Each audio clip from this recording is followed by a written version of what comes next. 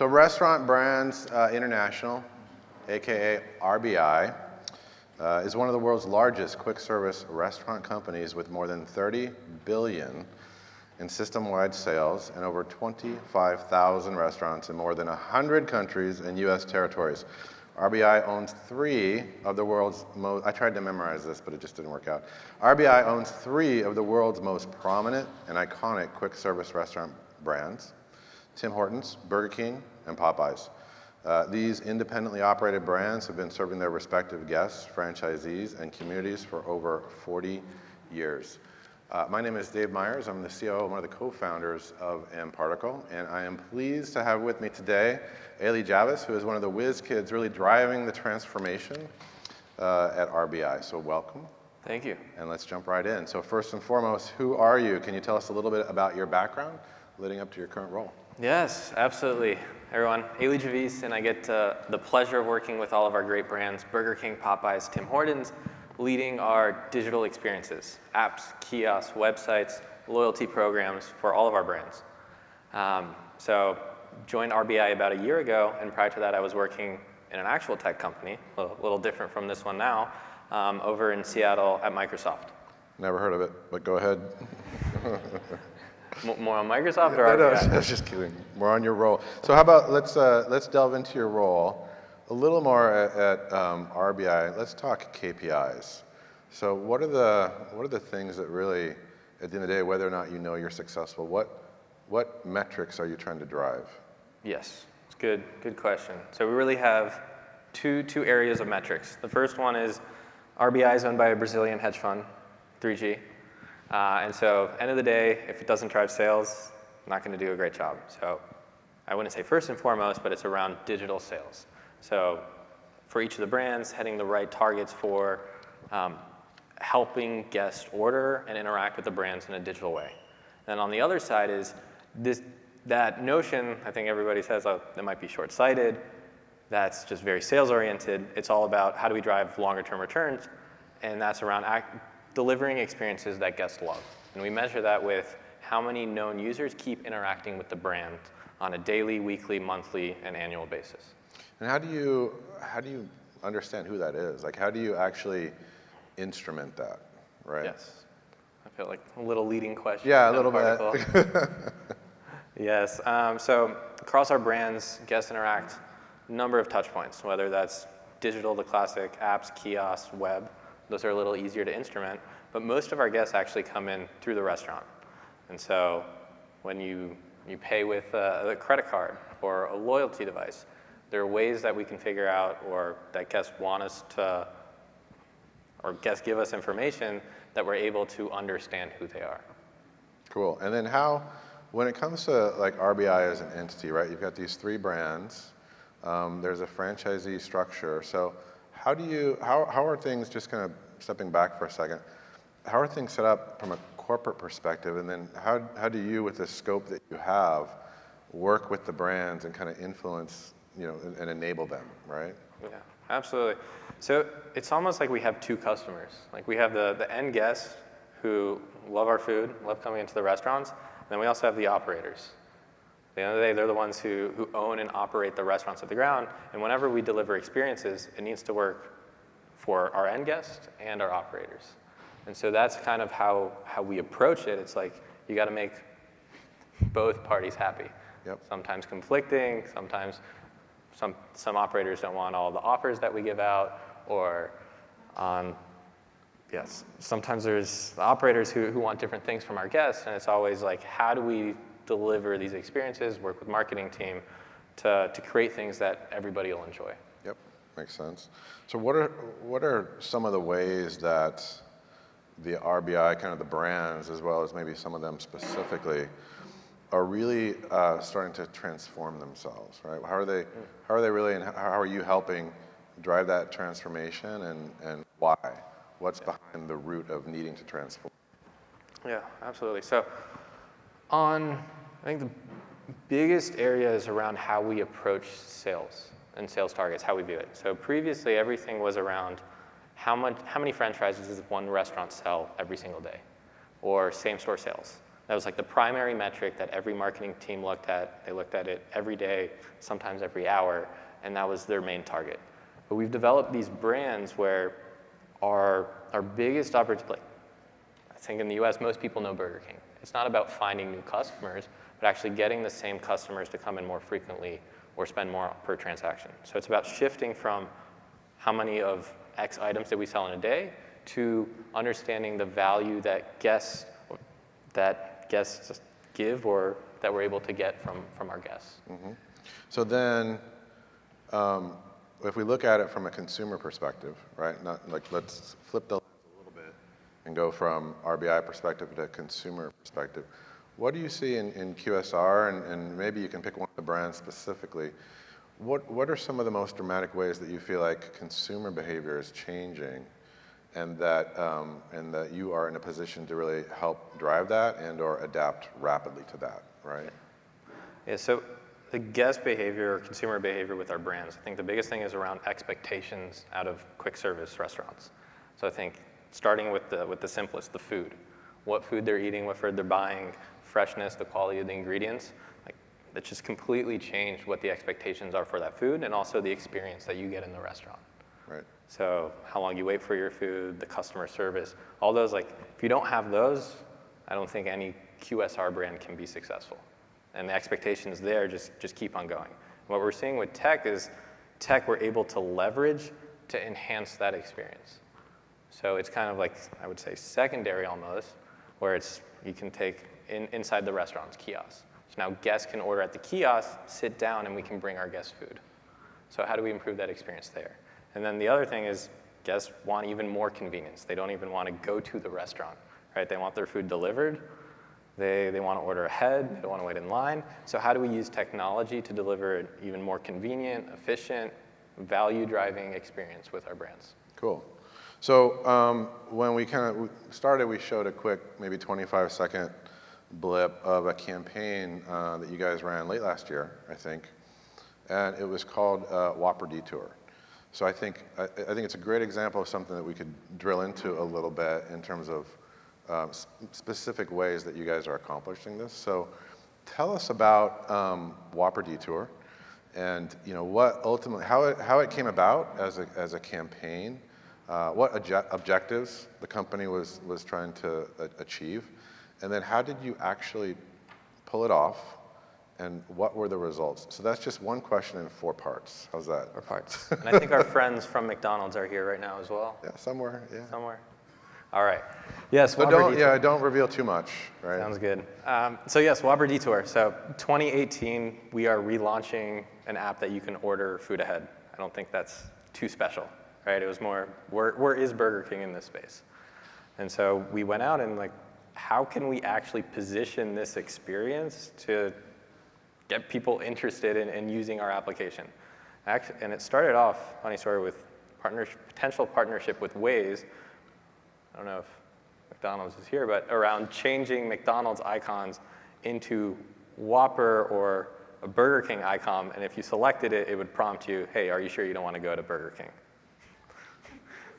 Very aggressive. So it started there, and then it basically came into, guys, we have this tagline. You can now order a Whopper from McDonald's. And so that's the tagline that everybody fell in love with. That was like, yeah, you can order a Whopper from anywhere, and especially McDonald's. Like no boundaries on our marketing team, and that was the idea. We ran with it, and logically, that's what we went with. If you're not so familiar with the idea, download the app. You get within 600 feet of a McDonald's. You unlock a coupon for a free Whopper that expires in an hour. You have to go pick it up immediately. Yeah. Yes. I wonder how many speeding tickets were issued. So to like decompose that like in a tech stack, they have to have the app. They have to have a geolocation service. They have to cross and that has to map McDonald's or other stores. They have to cross a geofence, right, 600 feet of the store, and then that allows them to unlock the 1 cent Yes. Whopper and get to Burger King. So how'd it work? What were the results? How'd it work? Over 1 billion impressions, our most successful campaign of the year, 1.5 million downloads. We're number one app in the App Store for a week, above YouTube, Snapchat, all the traditional apps. So it was like our best campaign ever. And I think like you asked like how did we actually do it? It was we're sitting on stage with mParticle, but also a number of partners from geolocations. I'll mention it here. I see Kobe in the back with radar, actually geofencing everything, triggering messages in real time. Like having the right infrastructure to make it happen, it was, Yep. you guys made it easy. Cool. Do our best. So one of the interesting things about that campaign, right, is it involved your agency. I think there was a print component. I think there was a billboard at a home component. Obviously, there was the tech stack and the offer itself. Had the team pulled off something that required such a high degree of system integration before? Like, did that represent a particular challenge, or was it such a compelling idea that just everyone was like, we have to do this? Like, how did it come about in terms of actual execution? I think it was really the first time that marketing agencies, print, everybody came together and working together and delivering an experience, like not just on the marketing side, we do a lot of PR stunts, but having it convert into a digital experience. Right. And it was we haven't done it before, and since then, I know that there's things planned. You might have also heard of coffee subscription we've launched, a number of other digital experiences that are a real partnership between our teams and the marketing. Yeah, I think it's like, a lot of ideas get generated out of agencies, but not a lot of them get successfully executed, especially because they're complicated, they involve digital and non-digital supply chain, and they're hard to pull off. And so, it's interesting. It'll be interesting to see what Burger King and the team does next, because pulling off something really complicated like that gives you the confidence to be really ambitious and kind of scaffold on top of that with even more interesting kind of campaigns and initiatives. The other thing about that, which is super relevant to, I think, the title of our talk here, which is combining physical and digital to engage your customers, it's just an incredible example of that.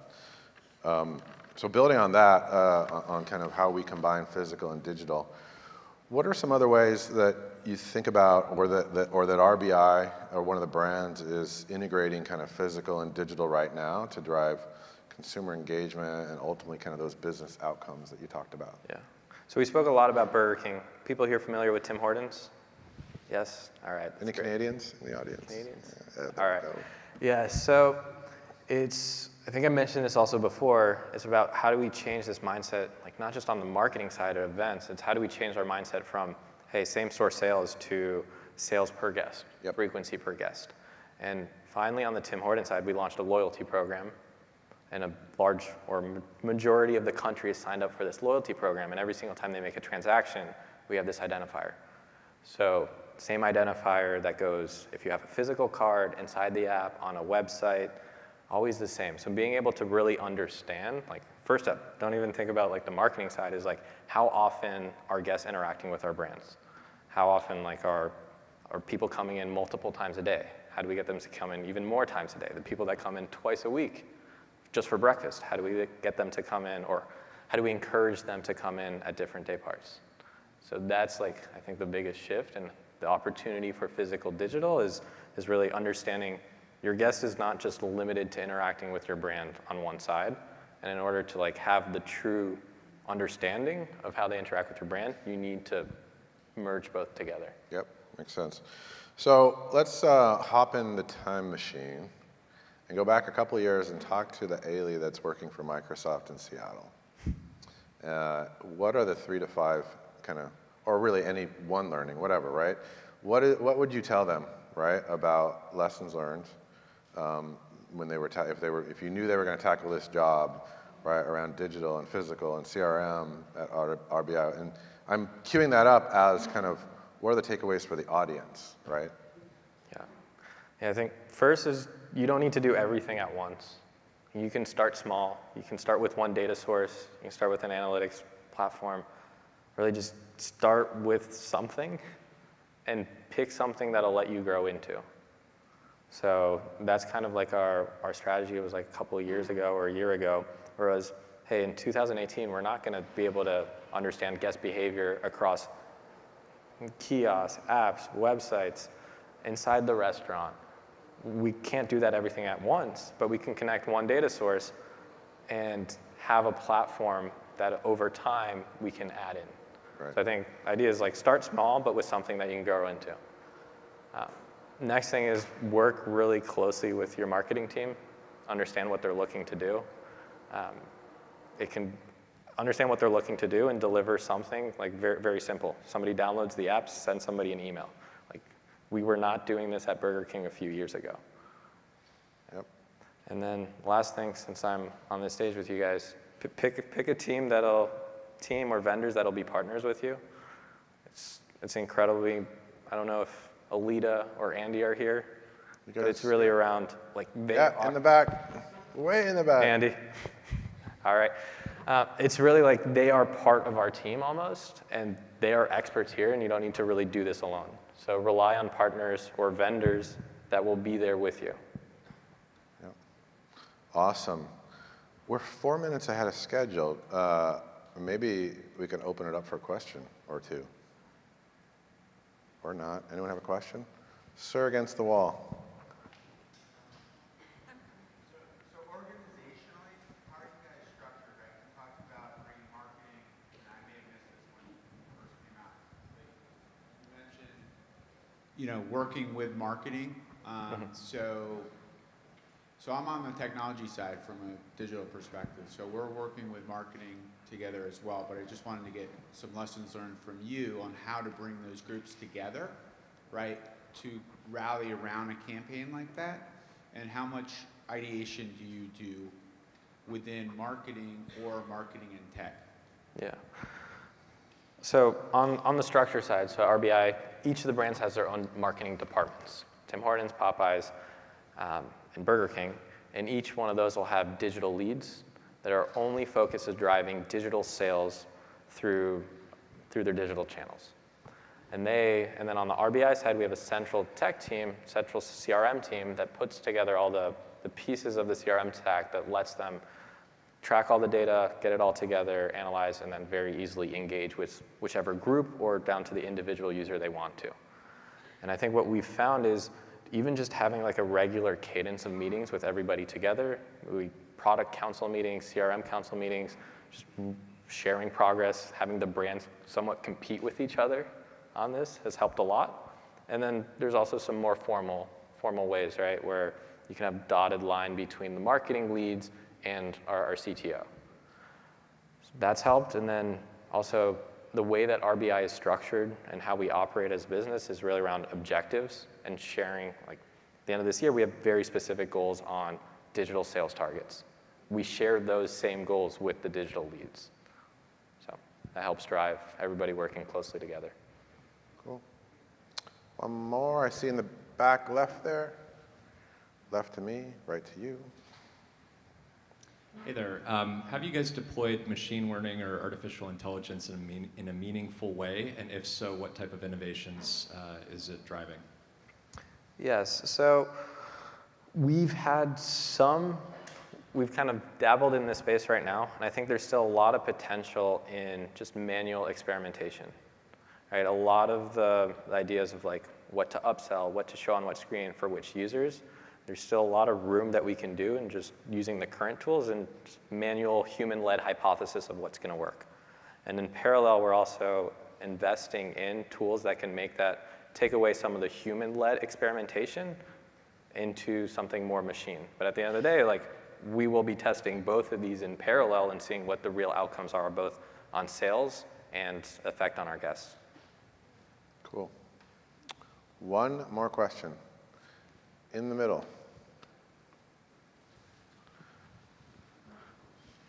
Hi, I'm wondering if you could talk a little bit about, now that you've had these successes under your belt, how has that sort of changed the dynamic with your group and the marketing teams, or is there now push from top down to do more of this stuff? Is there now new pull from the marketing teams? Just talk about how the couple successes has changed the dynamic around doing these kind of physical digital experiences. Yeah, absolutely. I think there's now, a few years ago, there was not a lot of trust in the marketing brands in the digital space or the ability of the tech team to execute on some products. I think what we finally got into is there's this trust, goes both ways, that marketing can count on tech to deliver something. And then we also trust, like we work with our marketing teams, unbelievable marketing teams. and we trust them to kind of lead us in the best direction. And say like it's not going to stop anytime soon. Like Whopper Detour, coffee subscriptions. There'll be a lot of more marketing, say not just stunts or marketing product experiences that are going to come over the next year or months. Cool. All right, I think we're good, sir. Thank you very much. Always a pleasure.